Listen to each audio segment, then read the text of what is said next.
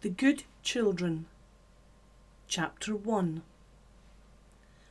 They sat together, bewildered amongst the raucous jostling of their siblings, one slightly aloof and distant, the other anxious and insecure, but both seemingly drawn to each other, a silent bond of support holding them together. Their young infant minds strived to make sense of the world around them, a world of legs, sounds, smells, and feelings, that this was not really their place. Their first mother gently pulled them to her warm, soft body, squeezing them between everyone else as they all climbed over each other and snuggled close. Unable to form words, the brother and sister instinctively pushed closer together, their bond forged amongst the competitive world they had been born into. Mama would quietly tell them all stories about her daily escapades, when she would disappear and leave them alone to fend for themselves. Dada would occasionally come into the room and stare at them with a mild curiosity, but no other desire to care for or to intervene in the disputes that would break out amongst them as hunger overcame play. When Mama returned, she made sure they were all clean and fed, doing her best to ensure a fair share was had by all. But with 14 children, it was tricky. As they lay together keeping warm, Mama warily greeted Dada as he graced them with one of his visits. Her look and stillness made it clear to him that he could be on his way. She wasn't interested in his bravado and boasting, not with this lot to care for. In a short time their strength grew and their legs were just that little bit longer, allowing them to explore their surroundings. It was a noisy affair, with shouting and laughing and excitement at the prospect of adventures with Mama. They would try to follow her out of the house, their little legs clumsy and uncoordinated. The brother and sister would follow, sometimes in the middle of the crowd and sometimes bringing up the rear, the cautious nature of the boy and the aloofness of the girl causing them to think before they leapt. At night, Mama began to tell them all about the world outside. "You must all be brave and never be afraid," she would say. "People will come for you soon. You will have a new mother and father, and people are generally good." She would trail off in her story, a look of concern and worry in her eyes. She knew she could no longer care for her children. There were just too many and not enough food, so they must go. "It will be exciting. You will have such adventures." She tried to make it sound like a good thing, but it broke her heart to let them go. She had decided to keep 2 with her, but could not decide who. The brother and sister would push just that bit closer to each other, seeming to understand more than the others that they would never see their Mama again.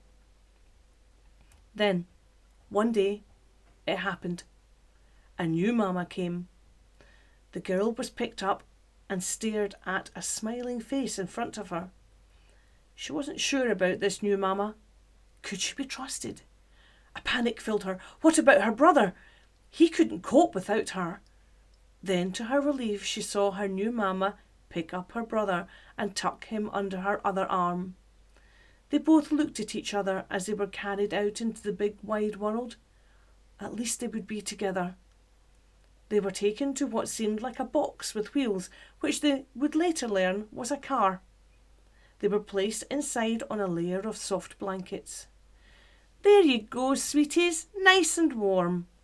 The new Mama beamed happily at the 2 faces staring back at her. "I will call you Tess," she pointed to the girl. "And you are called Tag." The boy looked at her with worried eyes, hoping that he would be loved and cared for. The new Mama looked back at Tess. "You look like a little princess with that haughty face. You must be Princess Tess. And you, well, you are definitely a Mr. Tiggy McTaggle." She laughed and closed the door. The brother and sister looked at each other. New Mama says I'm a princess. The girl stared at the boy, who licked his lips and gazed worriedly around him. New Mama says I'm... He paused, trying to remember exactly what had been said, but there had been an awful lot of words for a young mind. I'm Tiggy Tag. He nodded to himself, satisfied he'd done his best. Don't worry, Tag. I'll look after you. Tess licked his face just like their first mamma had done to comfort them. Tag licked her back. Thank you, Princess Tess. You can call me Tess, she said, as she straddled her forepaws to balance better. And you can call me Tag. He stood a little taller and a lot braver with his sister beside him. The shaking box stopped and the door opened, causing Tess and Tag to blink in the bright light.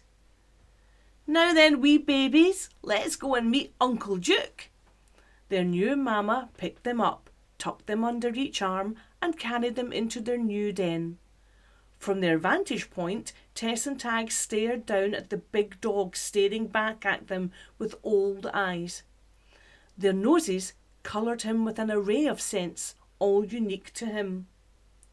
Well, Dukey boy, who's this then? Their new mamma put them down on the floor. More scents flooded into their brains. Old Duke regarded them, his nose slowly twitching from side to side as he took in their name smells. He lowered his head to the crouching figures in front of him, unsure and anxious at the large face peering at them. He grunted to himself, Well now, little ones, welcome to the pack. Stick with me and I'll keep you right. Our leaders are strong and strict, so don't step out of line, or you will be sorry. He gave them a stern look. I'm Duke. He lay down in front of them and they regarded him cautiously, smelling he was kind and gentle. I'm Tag. And I'm a princess.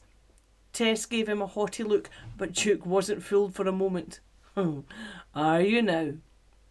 You can call me Tess. She puffed out her chest and tried to look important.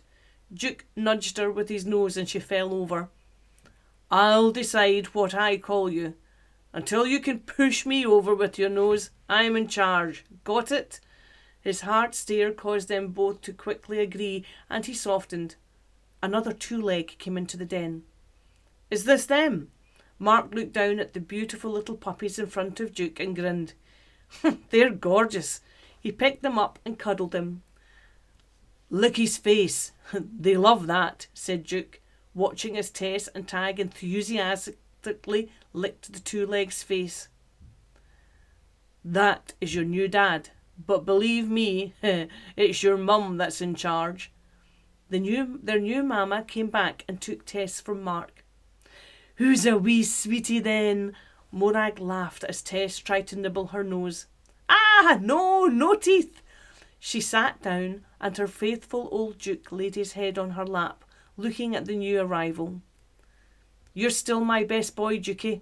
Mummy loves you very much. She kissed the old dog's head and he beamed with pride. You've got your work cut out training these two, she said. And Duke agreed.